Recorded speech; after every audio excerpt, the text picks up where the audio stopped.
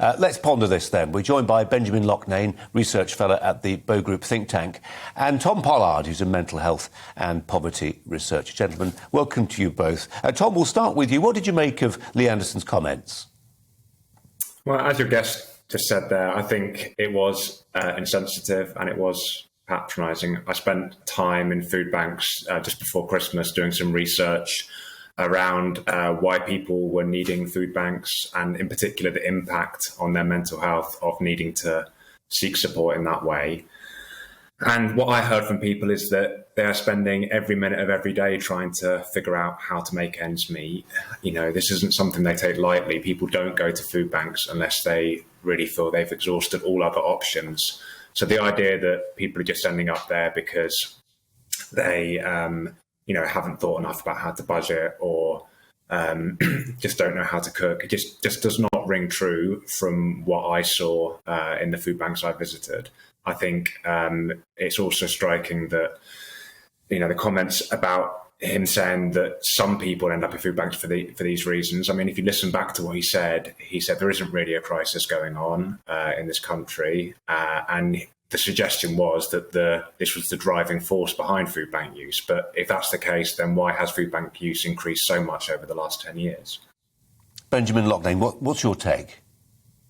Well, I don't think his comments were sort of ill-intentioned. I think he was really just saying there are other ways to help people rather than just, financially. Like, it's not just about giving people benefits or money so that they can afford more food. It's if you educate people in how to use that money or how to cook, they can use that money in a more efficient way and feed themselves. It goes back to the old adage, give a man a fish and he'll eat for a day, but teach a man to fish and he'll never go hungry again. I think the principle is one which is actually well established, and I don't think it's that controversial. I think what's controversial is the fact that it's a Conservative MP who said it. If a Labour MP had said it, I don't think there'd be so much controversy. I don't think people would be jumping on it in quite the same way.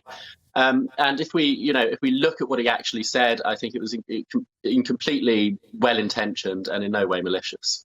Or just setting aside the MP question, Tom Pollard, if this had been a celebrity chef appearing on morning TV and saying, look, ditch the fast food, cook from scratch, go for the veg from your local market, it's cheap as chips, nobody would have batted an eyelid.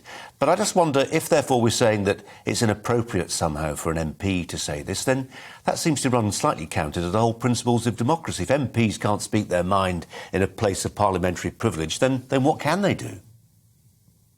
Well, it's about understanding context, though. So, he's a member of a party who in government have allowed the rate of benefits to fall in real terms over the last 10 years. We're now back to a place where benefits are at their lowest rate in real terms since the early 1990s. So this isn't about people, squandering lots of money on fast food. The reality is that people are doing everything they can to make a tiny income stretch to feed themselves and their families.